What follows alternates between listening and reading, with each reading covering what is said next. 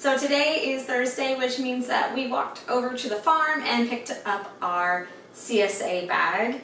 And this week we have a lot of leafy greens, which I'm pretty excited about. Love leafy greens. They are really fun to use, super versatile, and usually really quick to cook as well, and full of nutrients. And they're just really pretty on the plate. So I really love the versatility of greens. So this week we have some red frisee, and so last week I called this red coral lettuce because that's what they told me it was called, but I did a little bit more digging around and realized that this is actually just some red frisee. I've never seen red frisee, so I was not familiar with it. Next we have some curly kale here. Very nice. Beautiful, bright green color. Always love kale. And then this, I do believe, is some type of bok choy.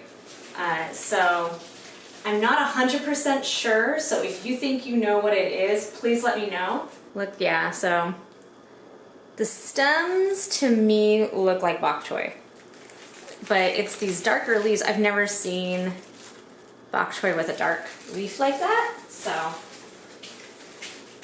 if you think you know what it is, let me know. And then we have some more kale. I'm not sure what kind of variety of kale this is.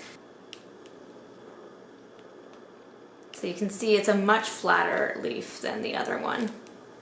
So.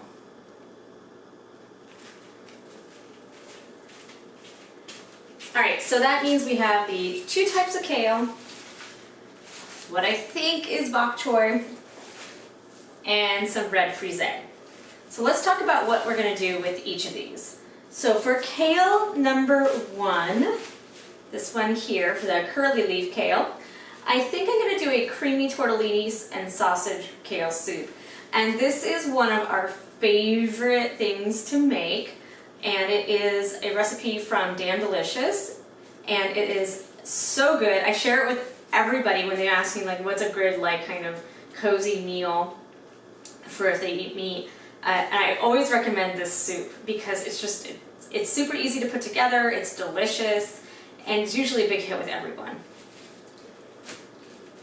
For kale number two, we're going to do something a little bit different. We're going to do a sunflower seed kale and cherry salad with savory granola. I think I'm also going to add some blue cheese in the fridge that I need to use up, so I'll probably be adding that in.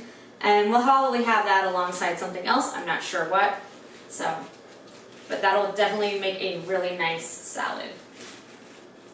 And then for the red frisee, I'm going to do a type of like bistro salad, but instead of using bacon, I'm going to crisp up more of my leftover salmon skin. And then I'm going to have that with a poached egg and a honey mustard vinaigrette. And maybe a little bit of Parmesan because I just have some that I need to use up. Not sure yet though.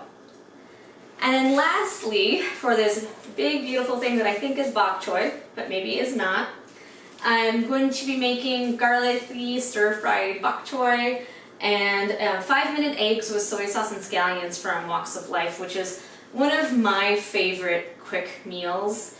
It's ready in less than 10 minutes, and it uses up some leftover scallions that I have in the fridge that I need to use up. So I really like making sure that what I'm planning out for the week is not only using what's in the bag, but it's going to be using up other items that I have in the pantry and the fridge. So for example, one of the reasons why I chose to make the kale salad with the sunflower seeds and blue cheese is because I have some sunflower seeds from a garlic scape pesto that I made a couple weeks ago.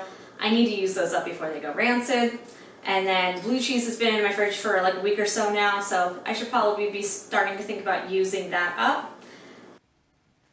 All right, awkward and abrupt transition. Can you tell that I don't know what I'm doing here with making videos? Okay, so in this part of the video, I wanted to talk about more in depth of how I meal plan around my CSA bag. So here I have my weekly meal plan. On the left are the meals that I'm planning on making, and on the right are the things that I still need to buy. I like to try to keep this list really short. Um, I try to keep a stock of items in my pantry and in my fridge that I kind of always have on hand, and I try to build around that as well. All right, so what I'm going to do is I'm going to go through each meal and talk about why I selected that meal and what it's going to use up and kind of just how I balance everything out. All right, so the first meal that we have here is the sunflower seed kale and cherry salad. And I decided that I also wanted to add some grilled chicken to that. So for this meal, I need to buy some chicken breasts and cherries.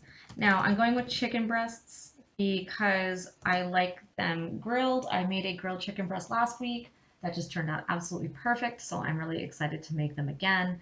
Also, you can buy them in bulk and it's much cheaper in terms of the unit price that way. So because I'm buying all that chicken breasts, the other thing I wanted to do was I wanted to find another meal that was going to utilize chicken. And that is going to be this crispy feta with lemon chicken and rice that I've been wanting to make for a while. And so for that meal, I'm going to need to add in bell peppers, feta, lemon pepper, and that's a seasoning, shallots, and Fresno peppers. And that's everything that I need to get for that specific meal. I already have rice, so we're good to go there. All right, so our next meal is the garlic stir-fried bok choy with eggs with soy sauce and scallions. Oh, and this is my favorite kind of meal. I don't have to buy anything for it. I already have everything on hand. That's always so nice. Because it's using things that I always have in my fridge. Or in my pantry. I always have garlic. I always have soy sauce. I always have eggs. I always have scallions. These are things that I buy regularly enough that I almost never run out, and I always have them on hand. Creamy tortellini soup is our next one on the list, and for that one I'm going to need to get some heavy cream, which is nice because I need to get some for my coffee anyway. Cheese tortellini, you can use fresh or dried. The recipe I believe calls for fresh tortellini, like the kind that you get in the refrigerated section, but I've used dried tortellini and it works just fine. If there's another type of tortellini that you like, go ahead and use that. It doesn't have to be cheese tortellini. This is your soup. And then I believe I also need to get some mild Italian sausage, but honestly, I'll get whatever sausage is cheapest. I've made this with all different kinds of sausage. I've made it with all different kinds of tortellini and all different kinds of greens. It's a really versatile recipe. Really what you need is a filled pasta, sausage, and a green. And you want to use a hearty green though. You don't want to use like spinach or like a lettuce. You want to be using radicchio, kale, collard greens, mustard greens, beet greens, dandelion greens. Those will all kind of work in this.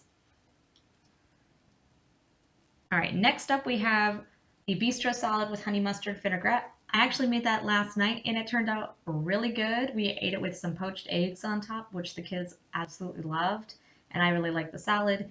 It used up the rest of the salmon that I had that I needed to use, and it also used up some Parmesan cheese that was hanging out in the fridge that was kind of needed to go. So I love it when a recipe uses up the odds and ends that I have hanging around in the fridge.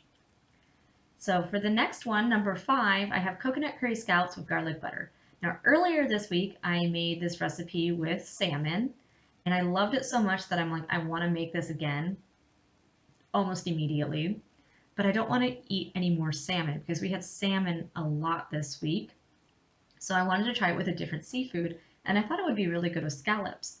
I've only cooked scallops maybe one time before because they're not the easiest seafood to find in my area.